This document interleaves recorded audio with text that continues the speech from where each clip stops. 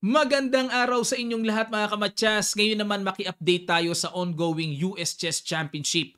Round number 8 na ito no kasi medyo tumalon tayo ng 2 rounds. Yung round number 6, round number 7, puro boring ang resulta. Puro tabla lahat mga kamatyas. Dito may nagkapisakan at napili ko ang best game na ito between Super Grandmaster Ray Robson and Super Grandmaster ang mala engine moves na kilalang kilala, Hans Smoke Niemann. Sa end part ng video, ipapakita ko sa inyo ang standing nila after round number 8, men and women's division. Ang ginawa ni Robson, nag-E4, E5 si Niemann, Knight F3, Knight C6, tinirahan ng Roy Lopez. Classical naman ang approach ni Niemann, Bishop A4, Knight F6, nag-castle, Bishop E7. Kapag ganyang nag-Bishop E7, may balak pasukin ang martial gambit na tinatawag. Nag-Rook E1 lang, B5, Bishop B3, Castle, at nag-A4. Ayaw naman ni Robson pasukin. Nag-anti-martial siya. Ano ba yung martial gambit? Ito po yun, yung nagsi-C3. Panahon pa nila Fischer, yan lagi ginagawa eh. Magdi-D4. Pero may D5 kasi. Ito na yung martial gambit na break kagad sa gitna. Handa ang black na ibigay ang isang pawn. 1 pawn down yan. Pero ang kapalit naman ay iba yung pressure na magagawa sa king side. Maraming pressure po na magagawa yan. Queen H3, kahit na 1 pawn down ng black dito pero ang daming mga likot-likot na mga gulo-gulo na gagawin sa king side. Kaya, para matahimik ang approach, nag-A4. Bishop B7, D3. O diba? Agap na agap ang puti. Kung mag D5 man ang black, baliwala. Kasi suportado na ang E4, walang irritation na mangyayari. Nag D6 na lang. Okay? Bishop D2, para mapigilan ang Knight A5, bookline pa rin ito. Queen D7, H3, protection lang sa G4, Knight D8. Yan, naghahanap dito si Niemann ng pupwestuhan ng Knight. At yung pawn sa C7, ilalagay sa C5. Yan po ang idea ng atras na yan.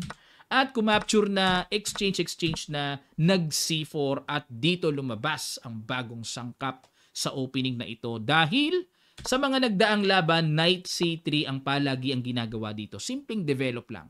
Pero itong C4, novelty. Knight E6, Knight A3 para maobliga na ang pawn na kumapture, Bishop takes C4, Bishop B7, ayan para yung tore ilalagay sa A8, nag-Knight C2, hanap din ng tamang active square ng Knight kasi yung mga pyesa po natin na nasa gilid-gilid edge of the board, mahina ang nagagawa niyan. Kaya Knight C2, Rook A8, control the A file, B4 para mapigilan ang lundag ng Knight sa C5 mamaya at yung C5 din. Nag-Queen A4, talagang control lang ni Niemann ng A-file. Queen B1, maaring mag-Bishop B3, pampaalis sa Queen. Knight D7, magna-Knight B6, maneuver. Bishop B3, paalis muna. Queen B5, Bishop C4, pangkulit. Queen A4, Bishop B3, Queen B5. Nag-Knight E3. Nag-iba si Robson. Naramdaman dito ni Robson na, teka muna, mukhang gustong makipagtabla lang nito ni Niemann ha. Nag-Knight E3. Yan naman ang naging treatment niya para madepensahan ang pawn sa D3. Bishop F8, Rook C1, pressure sa pawn, C6 lang para cover na rin ang square D5. Nag-Bishop C4, bumalik sa A4, Bishop B3, bumalik sa B5, Bishop C4, Queen A4, B5. Si Robson ang nag-iiba ng kumpas, mga kamatyas. Ayaw niya makipagtabla, nanghihinayang siya sa puting pyesa. Maaring ganun, ano? Knight DC5, capture, Knight D5. Ayan, nakuha na ng buong-buo ang D5. Queen A7, maaring ang gusto ni Niemann ay magro-Rook B8, pang-atake sa Queen. Bishop E3, Rook B8 na, Queen C2, Queen A3. Kanina pa ang Queen dyan na nangungulit. Mukhang magro-Rook B2. Queen D1, atras lang. Queen B2, Rook C2, pinaalis. Bumalik sa A3. Ginawa niya, nakakonsentrate kasi, anong tawag dito? Naka-mindset kasi, parang na-hypnotize siya sa kaninang pabalik-balik ng Queen B5, Queen A4, di ba? Ngayon, pag Rook C2, bumalik na naman sa A3. Naka-ano siya, ano bang tawag dito? May term doon eh. Nakondisyon ang utak niya sa pabalik-balik na pinanggagalingan ng square. Pero, This time, hindi uubra ang Queen A3 dahil blunderations, mga kamatsas. Blunderations! Ayun.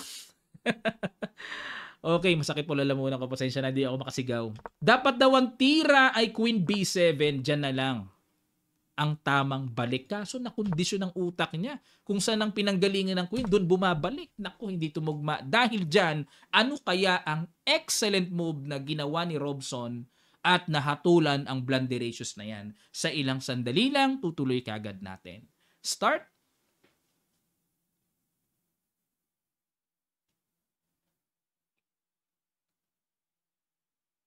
Maraming salamat mga kamatsas. Congrats sa mga nakakita ng Rook A2. Ang sakit. Saan pupunta ang Reyna? Sakit talaga. Long lights. Nag-Bishop A4 para i-threat ang Queen. Pero huling tira, relax lang. Queen A1. Dinoble pa ang puwersa sa Queen. Kulong na kulong ang Queen. Resign mga kamatsas. Grabe, ang sakit ng blunderations ni Niemann. Parang nakondisyon ng utak niya, naka-set up na yung parang pabalik-balik, tabla, okay na siya. Kaso yung condition na Queen A3, mali. Sala yung atras, dapat doon pala sa B7. May panganib nang hindi siya napansin yung Rook A2. O, sayang, wala nang oras gaano si Robson. Kasi ito, magkakaroon pa ng additional time pagka naabot ng 40 moves. Baka tina-time attack niya nadali siya. Lesson mga kamatsas kahit konti na oras ang kalaban nyo, concentrate kayong mabuti sa position. Hindi aatakihin ng dahil lang sa bilis-bilis. Okay, ito po ang standing nila after round number 8. Men's division muna tayo. Ayan, nangunguna si Fabiano Caruana sa score na 5.5 points. Dalawa lang po ang nanalo sa round number 8. Laro ni Mishra and Sevian at dito kay Robson. Wesley So, pumapangalawa na. Nako, pumapatak yung mga tabla-tabla ni Wesley. Meron kasi siyang isang panalo, di ba, kay Mishra. Tapos the rest tabla na. 4.5 points. Leiner Dominguez, Hans Niemann, 4.5 points pa rin. Abhimanyu Mishra at si Sam Shankland, Ray Robson, 4 points. So medyo nakabawi-bawi si Robson dahil nanalo siya. Darius Sirks, Sam Sevian, Levon Aronian, 3.5 points. Jeffrey Xiong, Andrew Tang, 3 points. Okay? At lipat naman tayo sa standing ng Women's Division. Maki-update tayo. Nangunguna si Carissa Yip pa rin with 7 points pero nakadikit na si Begim Tokirnokova with 7 points. 2 points ahead yung dalawa. Irina Crash, Alice Lee, 5 points. Tatev Abrahamian, 4 points. Ruyang Yan, tied sila. Anna Satonsky, 3.5. Paikidse, Yu, 3 points. Pokashian, Eswaran, ayan po, Cervantes ang pagkakasunod-sunod. Okay, so makiki-update pa tayo after round number 9. Sana may magkapisakan para at least meron talaga tayong masayang ma-analyze. Totoo yan, pagka tabla talaga medyo may boring effect talaga No, ang chess ay tahimik na laro, so dapat masaya na yan Kaya aabangan natin yung mga magkakapisakan, then update tayo mga kamatsas. Maraming salamat, magkita-kita pa tayo sa mga susunod pang chess updates.